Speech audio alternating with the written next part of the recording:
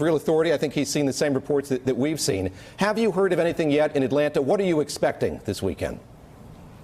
We've not heard anything officially or otherwise, and I spoke with our deputy police chief as I was coming in this morning, and he said that we still not received any type of formal update. We received this information that this raid would be happening via Twitter, as did all of the other mayors, and I specifically asked, under normal circumstances, what would the notification have been, and what he shared with me is that we would be notified in case there's something happening in a particular area of the city that we would need to respond to, so that our officers would not be in harm's way, so that we would know what we are responding to. Not that we would work with ICE in detaining migrants, but that we would be prepared in case our officers think that it's an unlawful situation that's happening in a particular part of our city.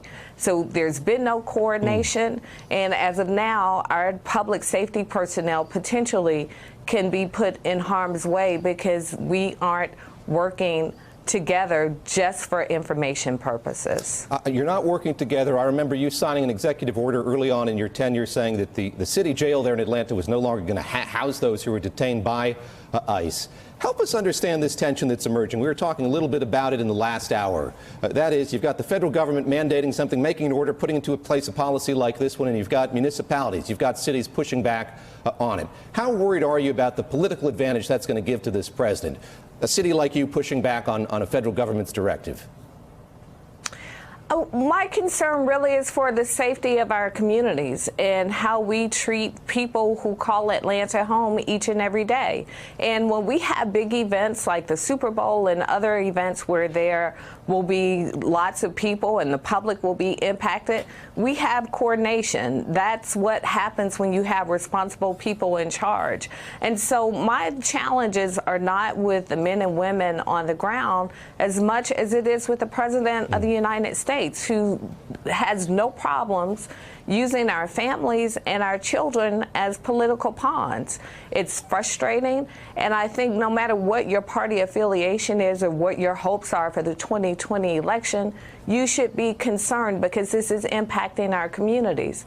I shared the story on this network that my 8-year-old son looked to me and asked me, was he born in America? And when I reassured him, he then looked at his brother and asked if he was born here, because he's concerned and he's anxious that our family will be separated. So this is wreaking havoc not just on us who do this professionally and who represent our communities, but this is impacting everyone's children in our communities. And I think the President of the United States should be ashamed of himself. Bill Cohen, let me bring you into the conversation here. Madam Mayor, stick with us if you would. I want you to respond to that anecdote, because a lot of this is theater. It's about creating furor over something that probably doesn't need to have much furor created over it at all. How do you respond to that story that she just told, and what does that say to you about the effectiveness of the rhetoric that we've heard here from the President? I mean, the mayor just articulated that in a beautiful way, and to me it's absolutely disgusting, shocking. I mean, is this the look we want for America? I mean, I don't believe it is. I don't think this is what America's about. You know, I know 1984, George Orwell wrote 1984, anticipating something like this. You know, 35 years later, here we are, and it's literally 1984. I mean, it's Big Brother doing these things that you can't even imagine.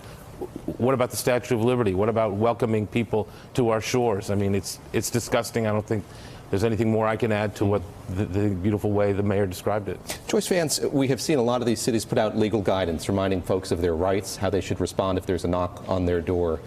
Help us understand how these two things complement one another. That is the rhetoric and then the law. And we've seen the ACLU and other groups filing suit here preemptively against the raids that are taking place this weekend. You know, early in this administration, there was this moment where there was a lot of fever over immigration and over the Muslim ban, and something that I don't remember ever happening in my adult life happened. Suddenly, the lawyers were the heroes. And instead of bad lawyer jokes, we had lawyers advising communities about their rights. That's happening again now. Yesterday, for for instance, on Twitter, there was a massive effort to push out information in English and in Spanish. Hey, you don't have to answer your door if someone knocks without a search warrant. You're not required to answer questions. And so there's a lot of concern in that area. There are civil rights groups working in a very unified fashion to ensure that people who have rights, whether they're here legally or not, that those rights are protected. Madam Mayor, you were one of those mayors who put out something like what Joyce Vance is describing, a Know Your Rights tweet yesterday, enumerating that in both English and Spanish. Help us understand what else you and your city are doing here to spread the word, to make people know what their rights are. And we've been putting things out via social media. We have an office called Welcome in Atlanta that focuses on our immigrant community. And so what we really work hard at doing is making sure that we aren't just there in a time of crisis, that there is an ongoing relationship with our immigrant community. So we're pushing out this information. We're making sure that we are able to direct our families and our community members to legal representation, and also just continuing to remind people that we stand with them in our communities, that our immigrant communities don't stand alone. We call ourselves One Atlanta. And even today, the irony of this, we are having a census block party as we are spreading education about the 2020 census. And this block party is targeted towards our immigrant community. And so we had some concerns internally that we would inadvertently put members of our community in harm's way if we went forward with this block party. But then we had to remind ourselves this is exactly what this president wants. He wants to drive members of our community underground. He wants us to be afraid. He wants us to not have a voice. So we will be together today as One Atlanta, embracing our immigrant community and reminding them to be a part of the 2020 census. Important to see these two issues together, I think. And Kurt Bardella, you worked on the House Oversight Committee. We've talked about the president's role here, mayor's roles as well. Where do you see Congress in the conversation about what's going to be happening here this weekend? There was a very moving, I think, exchange between Congressman Connolly of Virginia and witnesses who were gathered there on the issue of the children that he saw in cages at these migrant detention facilities. There is outrage, commensurate with a lot of the outrage we feel, those of us who aren't in Congress. Right. What role can they play? Do you see any indications that they're going to play a more outsized role here in light of the policies that we've seen put in place? Well, I think over the last couple of weeks, we've seen Congress take a more aggressive role. We saw a delegation go to these facilities. We saw them smuggle in cell phones, actually, to capture video and footage and pictures that previously we had not seen the full extent of how terrible these conditions were. And I think it was Congressman Castro who got his phone in there and used it to show all of us what was happening every day. And think about it, when congressmen or vice presidents come, the people running these facilities know that ahead of time. And so they're able to prepare what they think is their best look for everybody because it's a PR play for them. They want to show that they're treating people humanely. They want to show that they're doing all these things that the fake news media doesn't cover. And yet, in spite of knowing that in advance, we see every time when someone goes there the terrible, inhumane, torturous conditions.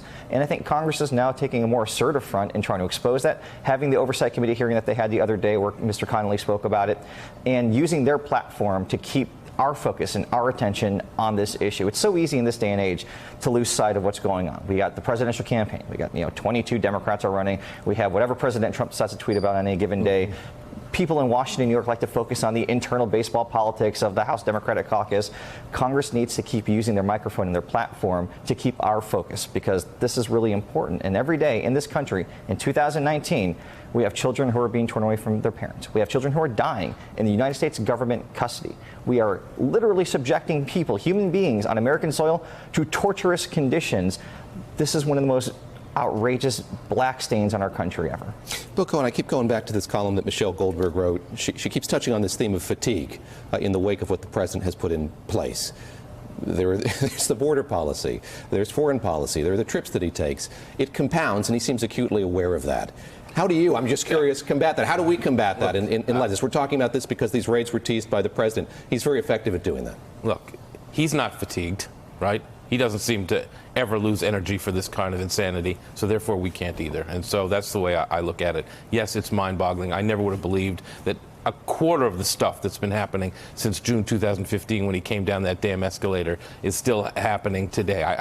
It blows my mind every day. And that's part of his strategy, is to blow our mind every day and divert, from the shiny object in the corner of the room that he doesn't want us to look at. But he's not losing energy, so we can't lose energy, and I'm not going to lose energy. Madam Mayor, what do you say to a young person, maybe your son, your 8-year-old, who you were describing just a moment ago, about faith in the system in light of all of this? You've run for office. You're doing public service. In light of all of this, there must be people who doubt, you talk to, who doubt the efficacy of that in 2019. I think it's spot on. We have to remind our children and remind our communities that there's still hope, and that one person does not change the course of our country and will not change the course of our country. And what I've said to my 8-year-old son is, we will be okay.